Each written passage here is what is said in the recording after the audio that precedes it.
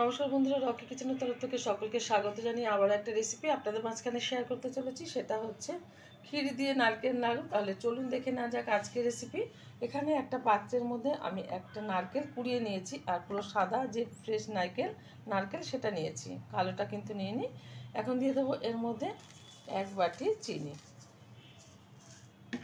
এবার ভালোভাবে হাত দিয়ে ডলে ডলে মেখে নেব। আগামীকাল কিন্তু কোজাগরি লক্ষ্মী পুজো, আর সেই লক্ষ্মী পুজোতে কিন্তু আপনারা এরকম একটা নাড়ু রেসিপি বাড়িতে বানিয়ে নিতে পারেন। আশা করি ভালো লাগবে। ভালো লাগলে চ্যানেলটিকে সাবস্ক্রাইব করবেন, লাইক করবেন, শেয়ার করবেন।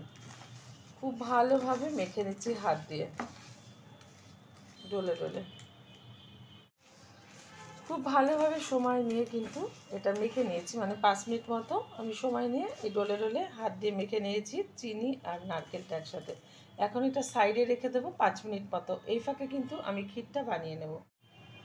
ক্ষীরটা বানানোর জন্য ওভেনে কড়াই বসিয়ে তাতে 500 গ্রাম লিকুইড দুধ দিয়ে দিয়েছি। এবার আমি হাই আছে আমি ক্ষীরটা তৈরি করে নেব।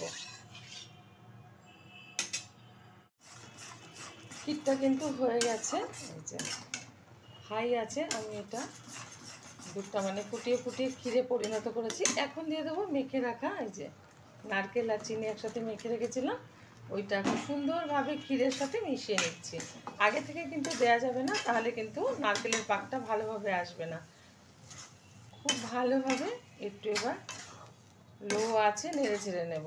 হাই আঁচ করলে কিন্তু এটা পুড়ে যাবে আর লাল লাল ভাব চলে আসবে।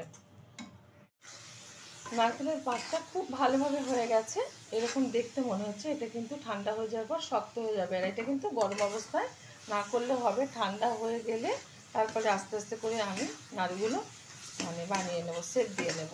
এখন আমি ঢেলে দিচ্ছি একটা থালাতে আমি ঢেলে দিয়েছি।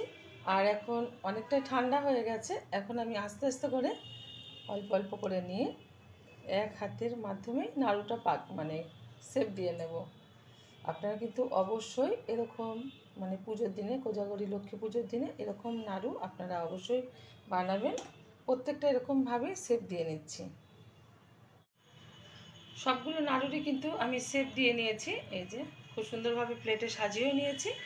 আপনারা অবশ্যই ট্রাই করবেন। দেখা হবে পরের ভিডিওতে নতুন কোনো রেসিপি নিয়ে। ধন্যবাদ।